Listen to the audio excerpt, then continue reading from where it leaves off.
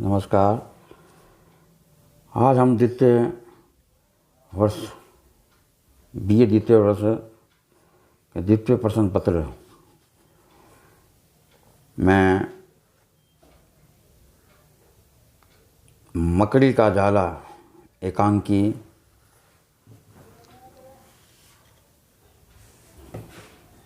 जिसमें हमने पहले एकांकीकार जगदीश चंद्र माथुर के व्यक्तित्व का परिचय पर चर्चा की। आज हम मकड़ी का जाला एकांकी के कथन चर्चा करेंगे। मकड़ी का जाला एकांकी जगदीश चंद्र माथुर द्वारा लिखित एक ऐसी एकांकी है जो मनुष्य के अंतः संघर्ष को बखूबी उभारती है। एकांकी में भोलेनाथ एक धनी व्यक्ति है। वह चंद्रभान नामक काबिल युवक को अपने प्रतिष्ठान में असिस्टेंट मैनेजर की नौकरी देना चाहता है। चंद्रभान एक कवि है और एक कवि की भांति उसमें कोमल भावनाएं मौजूद है। चंद्रभान सात्विक विचारों का ईमानदार व्यक्ति है, जिस कारण भोलानाथ उसे नौकरी पर रखना चाहता है। एक समय में भोलानाथ भी चंद्रभान जैसा ही था।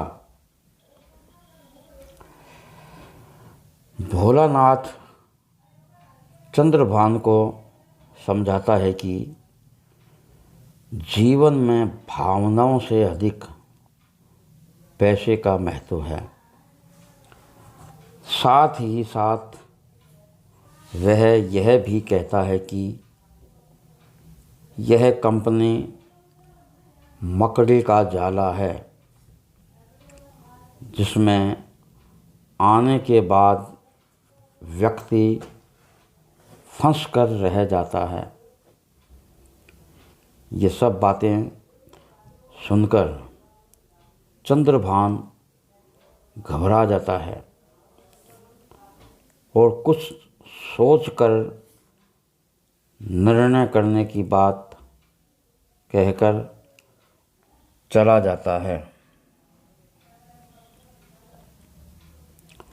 चंद्रभान के जाने के बाद भोलानाथ की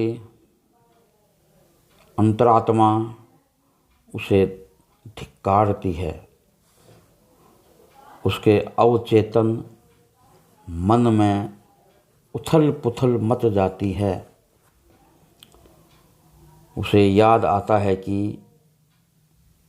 वह भी कभी गीत संगीत का शौकीन था।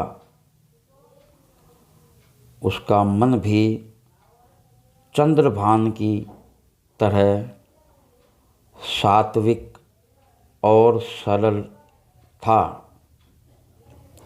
वह याद करता है उस युवती को जिसके प्रति उसके मन में कोमल भावनाएं थी। उसने स्वयं वह सरल निष्पाप जीवन को त्याग कर भौतिक उन्नति और सुख को चुना। भोलानाथ ने यह मकड़ी का जाला स्वयं तैयार किया, जिसमें वह फंस कर रह गया है। भोलानाथ का अवचेतन मन चाहता है कि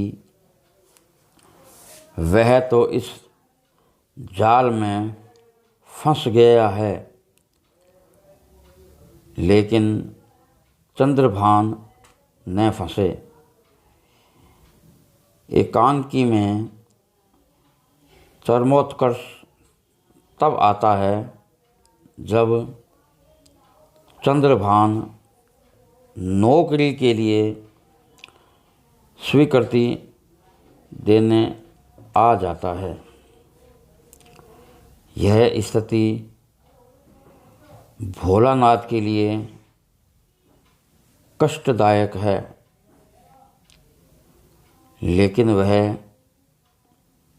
परिस्थितियों के आगे विवश होकर उसे नौकरी पर रख लेता है।